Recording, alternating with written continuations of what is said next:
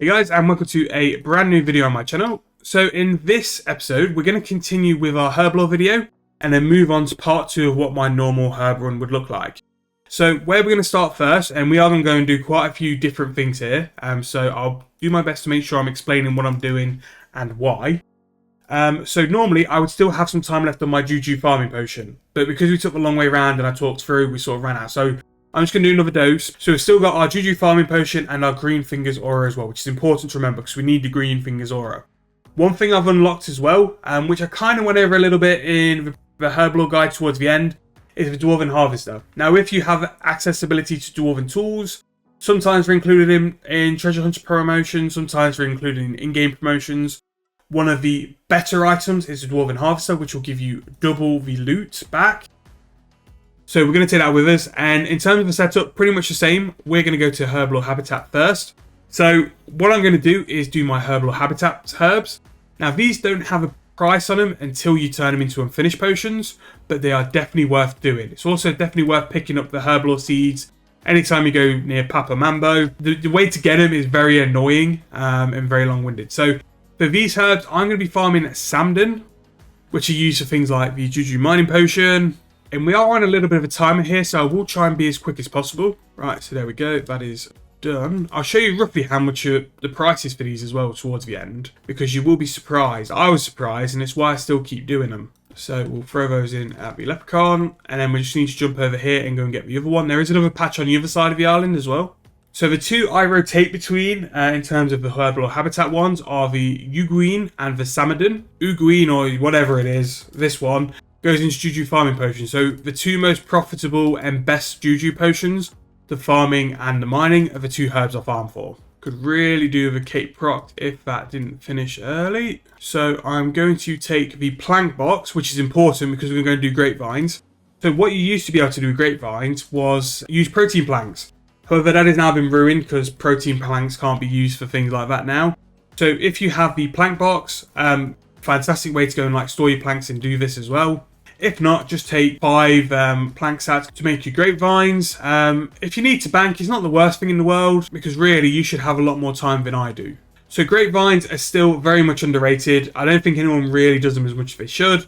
Nowadays, the balance of grapes is sort of changed a little bit. It used to be Sari is still king and will always be king. Guthix grapes now are a decent price because Guthix rests. People realise like they are useful, so they're a decent price now as well.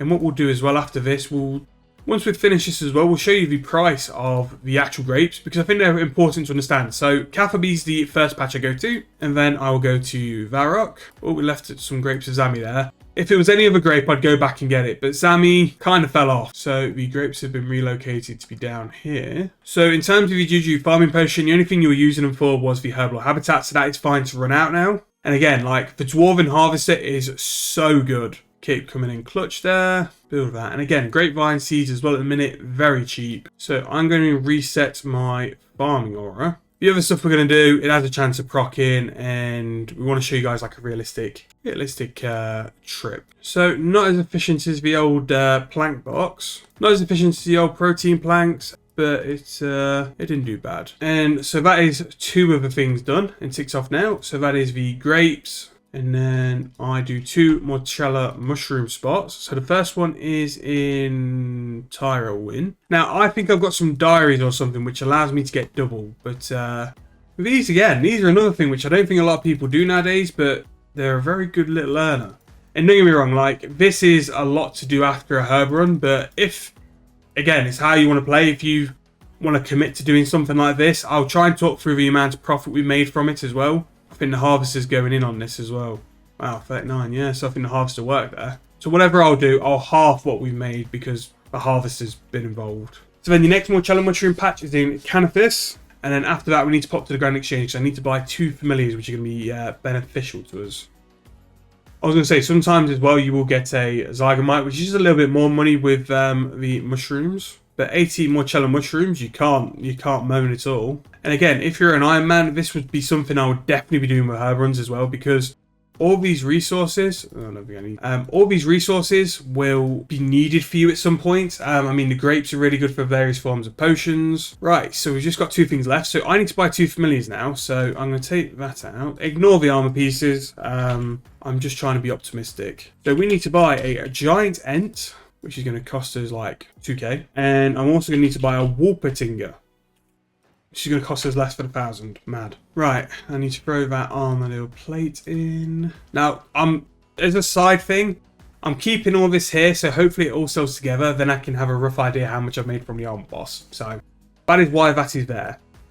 Right, okay, so giant ent is what we're going to be doing first. And basically what we're going to be doing with giant ent, we're going to be looting coconuts from our coconut trees. And the reason we're going to be doing that is because coconuts are, well, they're 7k each, so they are expensive. But they've also got a value on them. So, teleport. So I'm going to go to the Grand Exchange. The giant ent gives you a 50% chance of like any extra in terms of that form of harvests. So anything from trees, you got a 50% extra chance of getting extra stuff. So not only have we got the ent, we've also got the aura. And this is why, like, because player owned farming is so good now, you don't actually need to get rid of your palm trees. You can just like keep them as a form of like money making method. Again, harvester works, so it's going to go in. It's going to go in. So we got 30 coconuts there. I don't think it's as good as what it was there, but I'll turn it off for the next one. Right, so then we go back to the spirit tree. Then we go to the village. And then you don't do anything with your palm tree. You don't uproot it, you don't do anything. You just leave it, and then you'll come back, and then it will regrow. I think like every couple of hours. This isn't the coconut, and the next one isn't one I would time with every farm run. I'd probably do it every 3 farm runs, or every day. Depends on how you want to approach it more than anything. So the next one is just outside Gnome Village. So that one is done. So if we go to Catherby, and I'm just going to pick up some items while we're there. So I'm just going to grab a teleport crystal and a house tab. So I'm going to chip the house tab. If you can't chip the house tab, you'll just get the boat to go to Brimhaven. I'm just being a little bit lazy. Actually, to be fair, no, I might get a boat. So the tree is here, and then Brimhaven is just south of the ships. Oh, there we go. The skill cape procced in. 2 extra bonus fruit from the familiar as well. Nice. What you want to see. And then, right. So next one we're going to go to is... no, we're going to go Herblore Habitat, actually. Herblore Habitat. So I actually missed this earlier on when I was doing this run. And it's because I didn't have the ent. So I wanted to do it with the ent because I think it would have been more beneficial. Right. And then the final 2 places for coconuts. We're going to go to Later, or wherever it is. And then the final one is going to be in Profinis. It's near the Melier clan, the Herblore one, the Herblore and Dungeoneering clan. So it's going to be up here as well. There we go. And that is our final coconut, which we've done. So we've only got one thing left to do, which I'm sure you'll be glad to hear. Now again, like, you don't need to do this, so you can if you want to. I probably do this big run once a day, and then after that I will probably just do herbs, grapes, and Herblore Habitat. Herblore Habitat, though, the herbs are quite limited, and now that you do 15 at a time, it might just turn into a daily. But, yep, so that is all sorted. Right, so I can get rid of the ent. The ent serves its purpose. It's brought in way more than the 2k we bought it for. So then the final one we're going to be doing is Wolpertinger, which is actually one of the better looking familiars. So let's get started. Kandarian Monastery. We're going to be doing our bush patches. So what I've got in my bushes is lychee, and what lychee is used for is turned into primal pulp.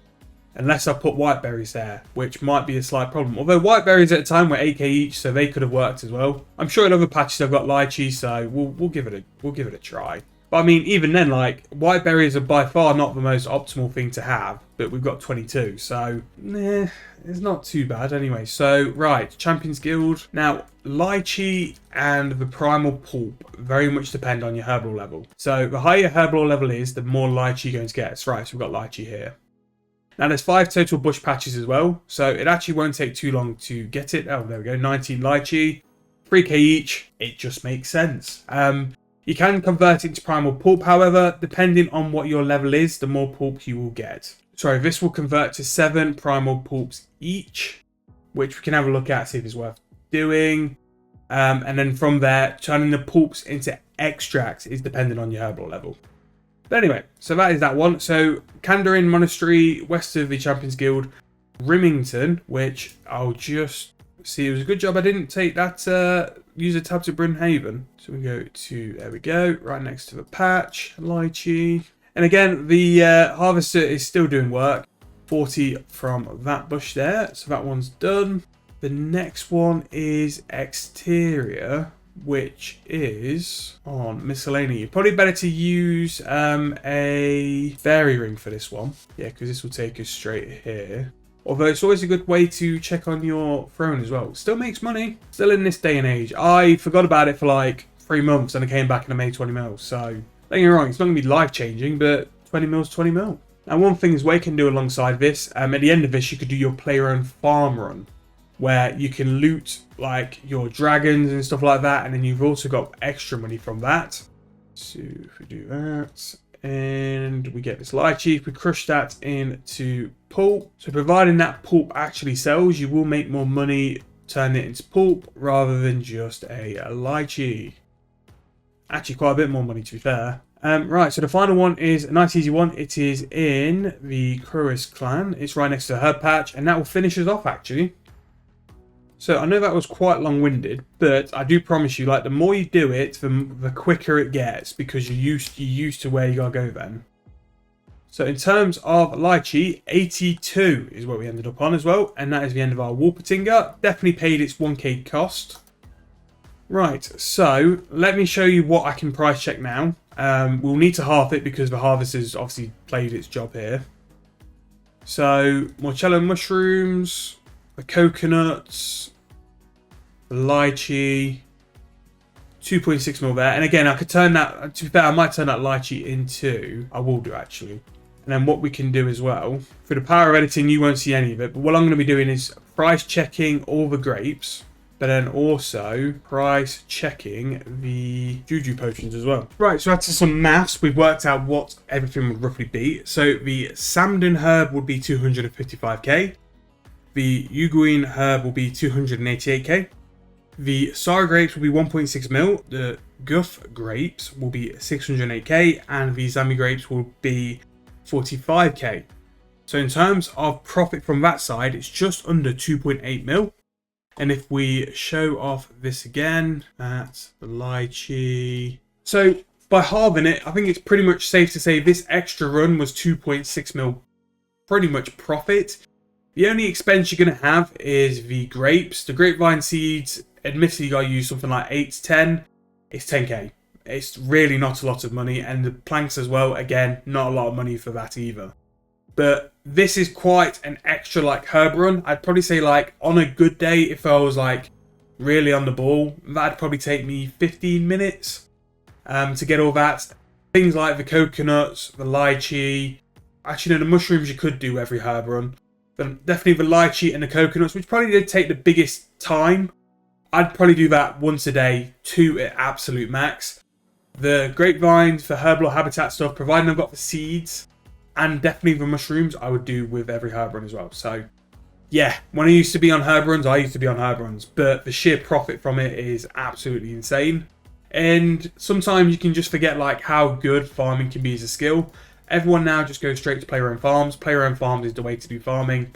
People miss out on like what it could be. And it could be a really, really good skill. Obviously, if you're an Iron Man, definitely worth like incorporating this in like a daily run. I probably wouldn't do it as heavy as like what a noob account could do or a main account could do, because you will just get like collection burnout quite quick. In my opinion, if you can do it, then you're better than me, because I could. But yeah, that's pretty much in this video. Obviously, like I've halved it, so it's going to be about 2.6 mil instead of the 5.2 mil I've shown because of the Dwarven Harvester.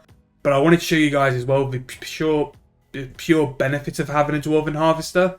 One thing I did include as well is going to make your own super compost. Sorry, going to make your own ultra compost. 1000 Infernus Pyroclash, you can buy in the Grand Exchange. You'll make 4.8 mil per time you do it. I bought one earlier on for 1.5k, or well, let's say we bought it for 2k, and the price of the Ultra Compost at the minute is 6.8k. So, free money. Really is free money, and especially like with farming as well. We made 600k on the herb run, and we made 2.6 mil on the run afterwards. That's 3.2 mil for something you could do like every 2 hours. So yeah, Titan Me Slayer runs, make a party daily process. That's just what's worked with me for the past. So I wanted to make sure I could show you guys and teach you guys how I used to do stuff. Obviously, I do stuff different to everyone else, and you do stuff different to me. But I want to show you guys how I do things anyway. So that has probably made the largest bulk of my account. It's probably made me more than Combat has, because it's just something I used to do religiously. If I had like 5-10 minutes spare, I just go and do a herb run. So hope you guys enjoyed. Please make sure to like the video and subscribe to the channel. Plenty more videos on the way soon. I've got quite a lot of editing to do. The Bond account season 3 is on its way. Road to Necromancy episode 2, because that's been a bit delayed. And also the noob account needs to catch up before the big stream as well. So yeah, plenty more to come your way. So if you are looking forward to it, please make sure to subscribe.